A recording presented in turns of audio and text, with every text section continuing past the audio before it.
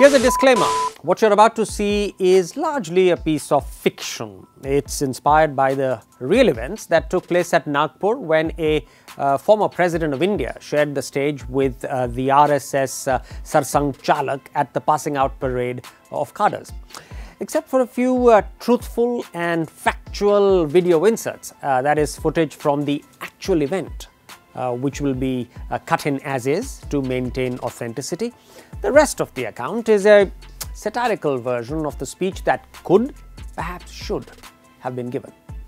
Alas, the organization's cadres swung into action, brandishing lathis, that's stout canes, and showing off their hand-to-hand combat skills. This was followed by SS's speech, a ritual grandstanding of Hindu nationalism. सबकी माता भारत माता है, सबके पूर्वज समान है। 40,000 वर्षों से हिंदू समाज जो भारत का उत्तरदायी समाज है, केवल परंपरा से रहते आया इतनी बात नहीं। आज के तारीख में भारत का बहुसंख्यक समाज है, केवल इतनी बात नहीं। भारत के भाग्य के बारे में प्रश्न उसे ही पूछा जाएगा, उसका यह दायित्व है। Finally, the clock struck for the evening showstopper, PD's speech. Honorable SSG and distinguished gentlemen, I know that you have a special place in your heart for Hindi and would have preferred it if I spoke in that language. But you know, my mother tongue is Bengali and I think in English. So with your kind permission, I shall deliver my address in this foreign language.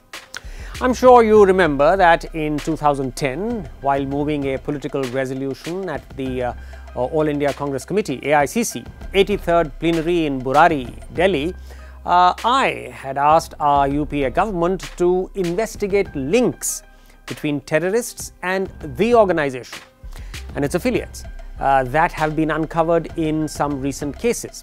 I'm quite amazed that you have invited me despite the fact that I virtually called you terrorists. Thank you. The stick-wielding athleticism of your cadres was quite remarkable and I hope it shall be used when they come across ugly instances of vigilantism, a rather new and scary phenomenon in states that are ruled by your affiliates. I hope, for instance, that their newly acquired combat skills will protect a Pehlu Khan in Rajasthan, some of those unfortunate Dalit boys in Gujarat who were virtually skinned alive, or when a riotous mob set on Akhlaq in Uttar Pradesh. We must free our public discourse from all forms of violence, physical as well as verbal. Honorable SSG, do I have your permission to point out the most critical omission in your speech today?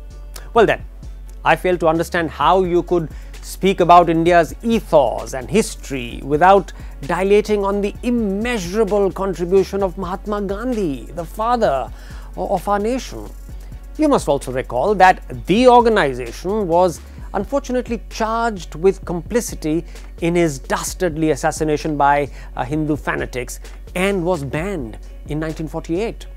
It's a matter of immense relief that the organization was not held culpable, but may I give a piece of unsolicited advice?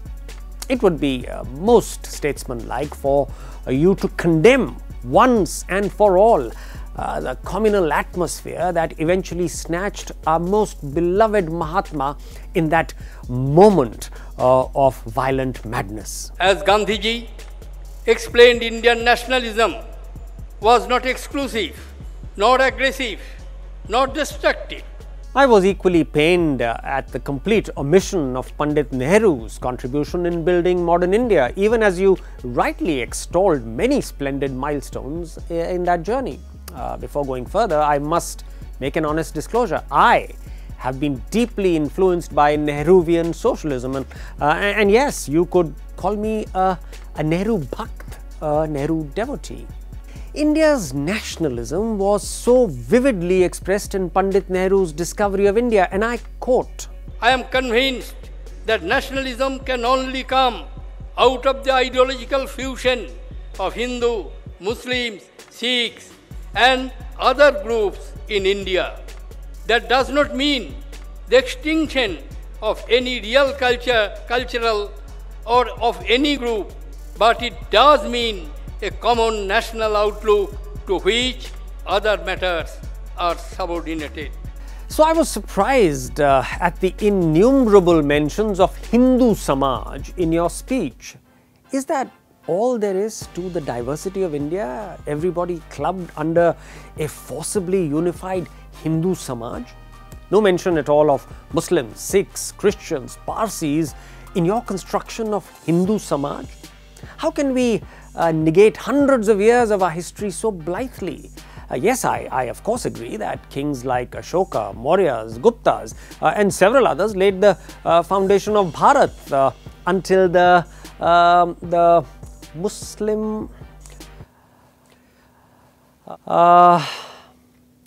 I know you persuaded me to insert this phrase Muslim invaders in my written speech, but allow me to digress from it.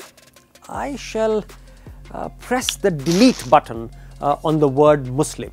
It's as silly and dangerous to prefix a religion to 1,000-year-old invaders as it is to current-day terrorists. And it's even more pernicious when such a historical distortion is used to demolish the edifice of Babri Masjid, as we did in 1992 when your affiliate was ruling in Uttar Pradesh.